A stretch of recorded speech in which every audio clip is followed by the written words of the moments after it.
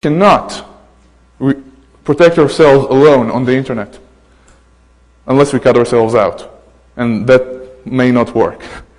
Look at China and all the other great firewalls that are mainly made for other reasons, but still.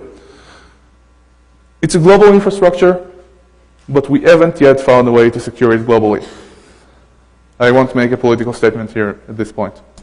So, Estonia's predicament of e-success, and this is pretty well known, the more technological a country is, right, the more reliant on technology it becomes, and and therefore all the more vulnerable. And the same, of course, applies to usage and reliability on the internet. And I'm not quite sure, and this is just guessing, this is not my position to guess even, what would happen if tomorrow morning, you can go watch Die Hard 4, really good movie, unless you're in the mind of being very technical and security-minded, and then you'll get really pissed at the movie. If you're just there to enjoy, really great movie. Go look how the world is destroyed via the internet. But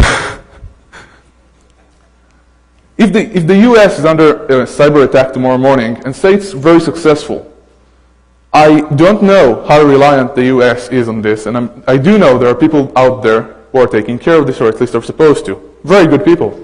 US CERT, the DoD, DHS, etc. Very nice people.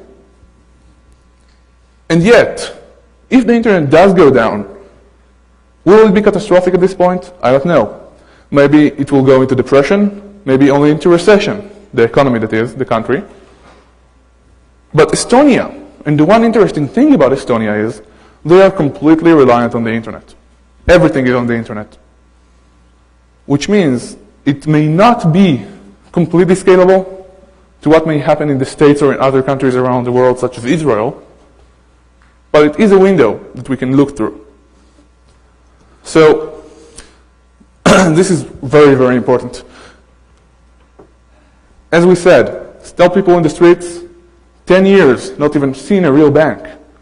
When, during the downtime, and some of the banks had some downtime, although not significant, a very large percentage of Estonia could not buy groceries. To quote Hiller, it was about milk, bread, and gas, or petrol if you like. You couldn't use your credit cards. It all goes online. Now, there are, of course, the non-client transactions. So, altogether, the critical infrastructure here became something very, very different. And we're going to talk about that. Now, progress is good. I love the internet, I love functionality, I love everything else. But what of resilience and fallback? I mean, e-banking is amazing. And the banks save a ton of money, as do we, if we use the web channel or the internet channel. And I'm not going to talk right now about phishing or fraud, just about resilience and fallback. If we move more and more users online, that would mean, for example, that we need less and less branches, actual physical places where they could go and take care of what they need to take care of. But then if the internet channel is no longer there, and we, for example, only have one branch for every 4 we used to have, there is no fallback. The system collapses. Estonia faced this problem. The 1 out of 4 I just invented. Second, please, with the questions. Okay, no questions? Oh, yeah, okay. So, but just something to think about. So, defining critical infrastructure. I'm sorry if this is boring, but it's very important because it's what we learned in Estonia. Critical infrastructure was not what you would usually consider critical infrastructure. I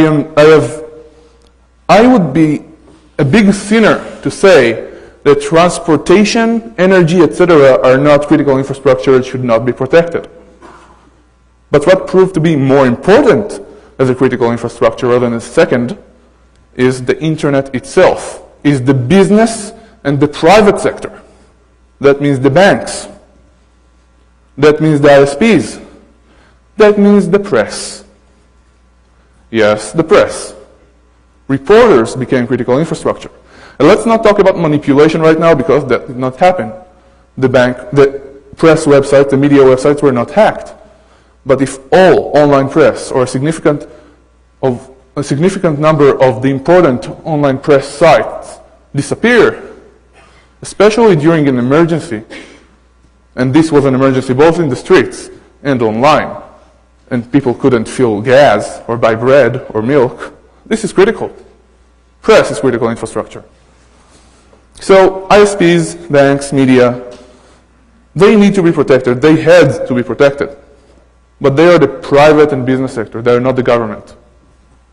Now, opinion-wise, we can come and say, well, banks are regulated or semi-regulated on different fronts.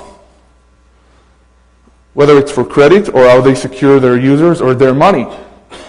I am not sure how they will respond if they will ever be regulated as to how they are to do any of the stuff we talked about. I'm not sure it would be a good idea to restrict business growth that way, and I'm going to stop with the opinion in a second. But one thing I do know, and let's not even talk about ISP regulation, is that when such a bank, and we have actually one of the Estonian banks sitting here in the crowd, and I hope he will come to me and say how wrong I was later on, if such a bank is under such a significant attack, where will that bank go for help? And I'm not sure they will be able to have the connections with the foreign CERTs, the international internet security community, the local ISPs. They could probably handle it, but it's a big problem, especially if the entire country is under siege. Now, defining critical infrastructure.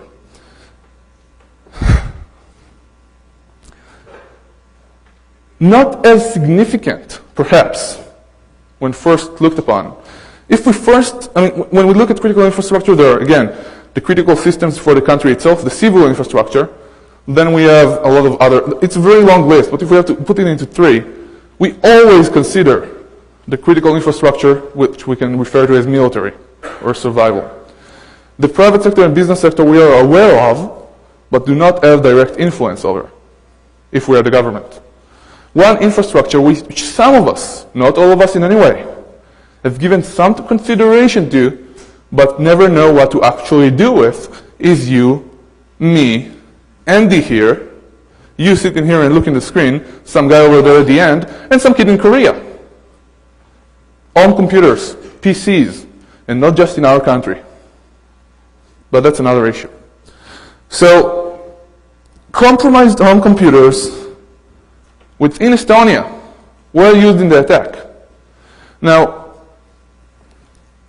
this was as part of botnet, of course, but realistically, these attacks weren't very successful, if we're to talk about the Estonian attack itself.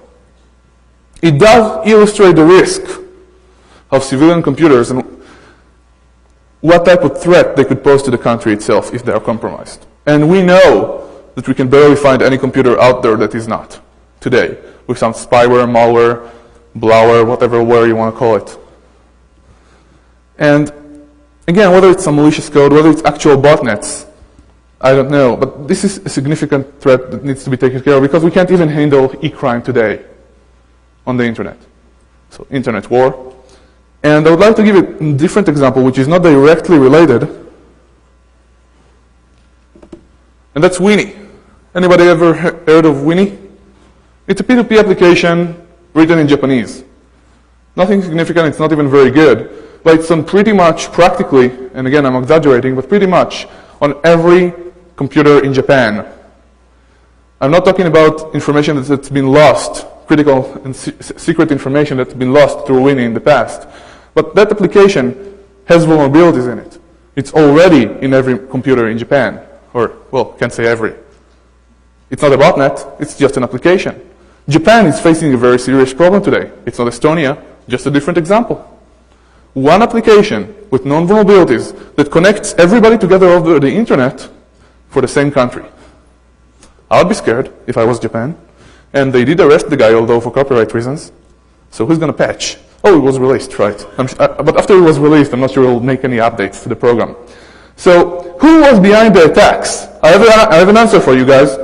You haven't heard it before. Everybody has been running away. The answer is the KGB. Okay, the KGB no longer exists, at least officially. But let's get serious for a second here. I can't tell whether it's just an ad hoc, loose coupling, coordination, organization of people in the blogosphere, or if it was a planned assault, if it was orchestrated. With technical information alone, I just can't tell. Nobody is able to tell. Anybody who's been pointing fingers is wrong, in my opinion. I'm sorry. Actually, it's beyond opinion. They're wrong. Now, this could have been this could have been a blogosphere meme, right? Could have been an epidemic. We have seen a lot of links, ideas, cute things spread on blogs and forums everywhere within days. They spread within minutes. But again, I find it hard to believe it was just a meme and different people, loose couplings of people, created ad hoc planning. Somebody told people how to attack. Somebody kept updating people how to attack. But we can't really tell again if it was, despite my opinion, orchestrated or not. Organized in some fashion? Absolutely. By some people or somebody? I don't know. Now, this is very critical. This is a basic rule of information warfare. You may know who your rival is. You may even know all your enemies, or think you do anyway. But you may not know who is actually attacking you. You may not know your attacker. You can guess, but you may not know. So, there are several indications suggesting the tool level that this was actually organized and planned. Let's go over them one by one, just 4 of them. It started virtually at the same times as the incidents in Tallinn streets, right? The Russian-speaking blogosphere updated periodically with new attacks, instructions and tools, adjusting, responding to defensive efforts in Estonia. There were originally virtually no bots that were involved from within Estonia. Consider a bot, a computer, launches an attack that's inside Estonia's network. The ISP can very quickly say, oh, there is a host that's attacking us. Here is the command and control server it's connecting to. We can just pull it off the net. We can go there, drive for a couple of minutes, and pull the malware from the computer and try to analyze it. So if it's global, we need global cooperation, but it's much easier for us if it's local. So originally, no bots attacked locally. Maybe it was OPSEC, people being very careful. Maybe it was planned. Consider the difference between attacking from outside your country or network and from inside your country or network. Needs to be considered. Now, as we mentioned, at least one botnet attack was of specially constructed samples and code base built specifically for the attack. So again, loose coupling, some botnet kiddies or spammers or organized crime people said, what? The fucking Estonian fascist Nazis, or in whatever order, did what? And joined into the huge population epidemic that was happening back then? Or somebody actually orchestrated this. Proof? I have no proof. Blames? I really like the idea of blaming the KGB. But again, it's no longer there. So, the Russians are coming, or not. They could be a coincidence, each of them alone. But even alone, they do show of organization. I know I'm repeating myself, but it's important.